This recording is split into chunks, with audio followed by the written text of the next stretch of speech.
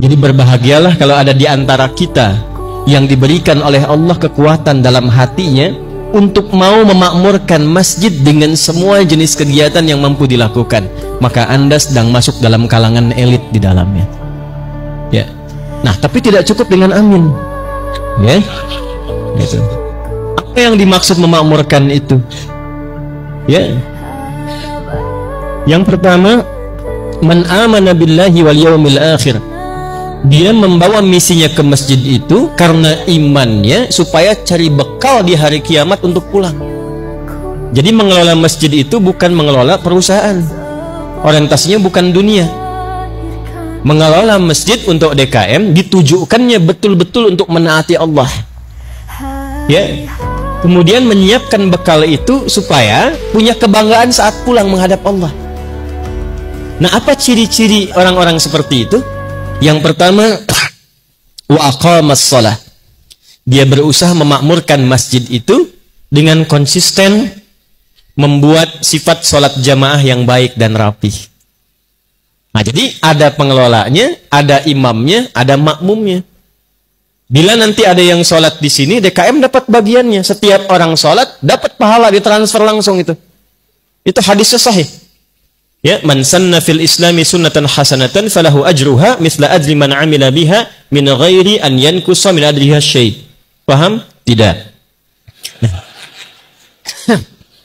Siapa yang memfasilitasi pada sunnah kebaikan? Ya, sunnah kebaikan, jamaah sunnah kebaikan. Difasilitasi di sini, dilebarkan masjidnya, diluaskan, ditinggikan. Orientasinya bukan supaya orang menganggap masjid ini mewah. Awas, hati-hati Pak DKM, Pak Najib, hati-hati. Kalau hanya keinginan menjadikan masjidnya tanpa dinilai mewah, nah, maka keluar dari golongan elit itu.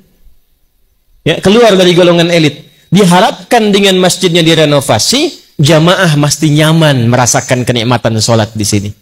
Safnya makin luas, ada kenikmatan untuk ibadah kepada Allah. Itu setiap orang masuk satu, maka dia sholat baru masuk dapat 25 kebaikan. Sholat dapat 27.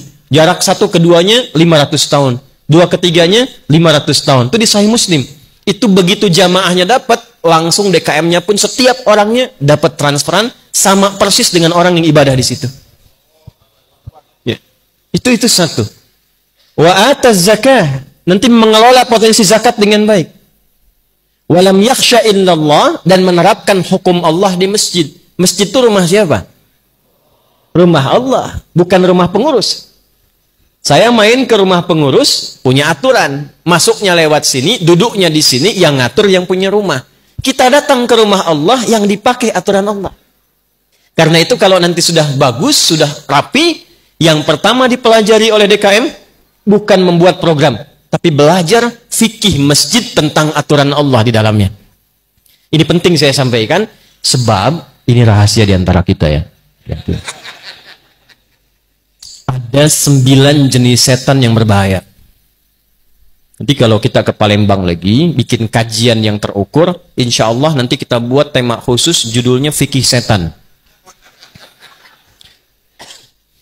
Supaya kenal. Antum kesini cuma tahu jalan yang mulus, tak tahu di situ ada lubang, terperosok. Nah, setan itu kan bahaya. Mesti kita kenali. Di antara 9 jenis setan itu, ada setan yang memang tugasnya berada di masjid. Dan yang pertama kali digoda bukan jamaah, tapi DKM masjid. Ingat itu.